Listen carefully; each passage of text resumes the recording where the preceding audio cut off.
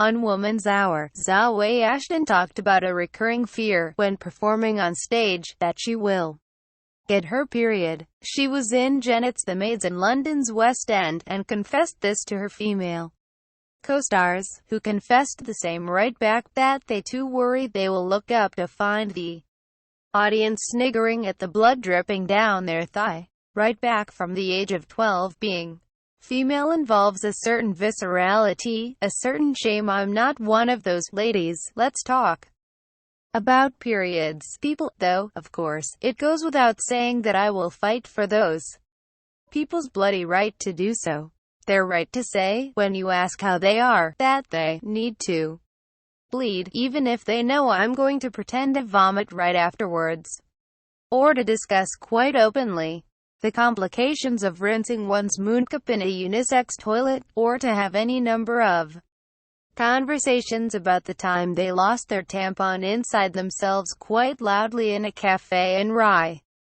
Maybe if I was one of those people, comfortable with saying the word menses out loud rather than secretly thinking it should be banned, I'd find it less radical. The sudden realization that all women who have periods share this fear, that you will bleed and strangers will see, and know, and laugh. Anyway, standing there washing up, listening to the radio and squinting with recognition, it occurred to me there's a whole half of the population who has no idea about this silent anxiety most women share. That there are millions of people who, upon seeing a friend's new white sofa, will have absolutely none of the flashing premonitions of standing up to see a spot spreading towards the cushion, who will have no damning associations with pale trousers, who will never have tied a jumper around their waists, just in case, who haven't, since they were 12, been almost obsessive about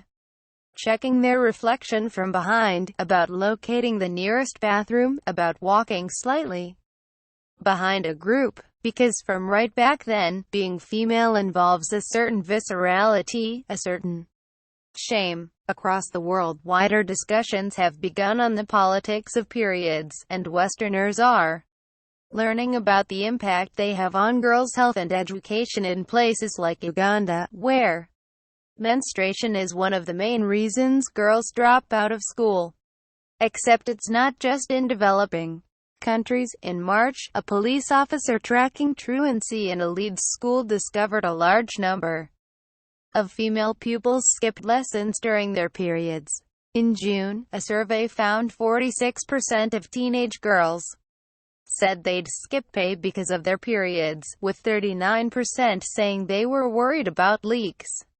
I'm 36, and that worry hasn't gone away, which makes me wonder, what are so many of us, like Zawe Ashton, scared of? That people will think we're dirty, out of control, that the sight of blood will make strangers think something is wrong, like an ambulance siren spreading across our leggings, that it triggers some evolutionary disgust, that the second it leaves our body, the blood becomes dangerous. Period products are linked only by their pastel discretion. We learn early how to hide a tampon in our palm on the way to the toilet, or slip a pad up our sleeve. Or is the idea of a public period just shameful because it's female? Because it's so female, so much proof that despite all the adorable attempts to pursue equality, women will always be different. When I was at junior school, I had a teacher who confiscated my diary, and later read it in front of the class. That evening he phoned my mum to report that in this diary I'd sworn and used language that was disrespectful towards him. Luckily, before he read it, I'd managed to rip out the Tampax leaflet I'd stuck inside the cover, for research.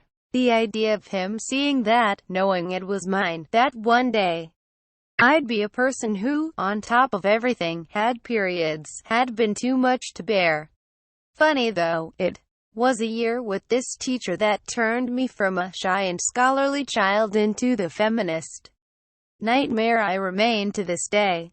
Women across the world are juggling 100 anxieties of different shapes, one of which is the panic that somebody will notice. But for me, there's something comforting in the realization that so many of us feel like our whole lives are one long period. Drama. Email Eva at e.wiseman@observer.co.uk or follow her on Twitter at evawiseman.